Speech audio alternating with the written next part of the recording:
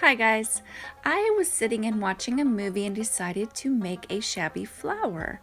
And I thought, well, I'm going to show you guys how to do it. This is one of my favorites. So I start by cutting some organza into circles, and it doesn't matter how many, it's just however many you feel like. And I fold them in half. And as I fold them in half, I start sewing them. I lay one halfway across the other one. And just so all the corner or the edges line up, and then do a basic running stitch halfway up that half moon. And each time I get to that halfway mark, I add another folded piece of organza. So the secret to make this work is you use one long strand of thread, and you don't break it into pieces. You literally sew each piece with the same thread. That way you can pull it tight and cinch it all together at the end.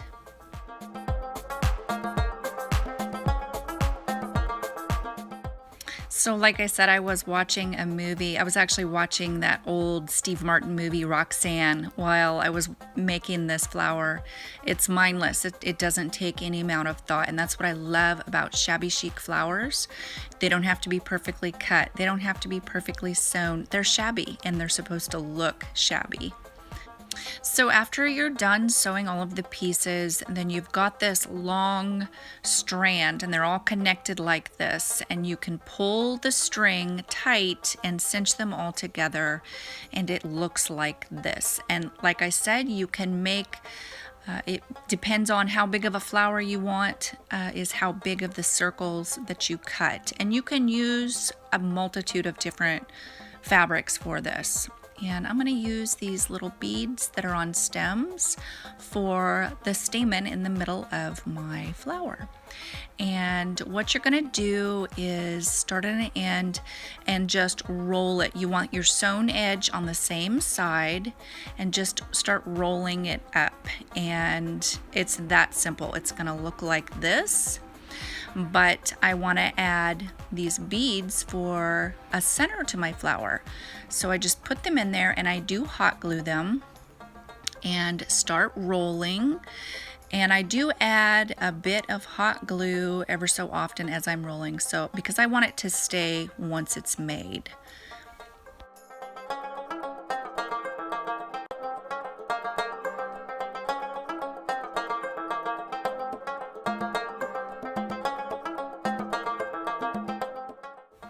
And of course, adding a little hot glue at the end, and you just cut off the wire on the bottom of that, and then you can go in and start pulling apart the petals and kind of fluffing them, pulling apart.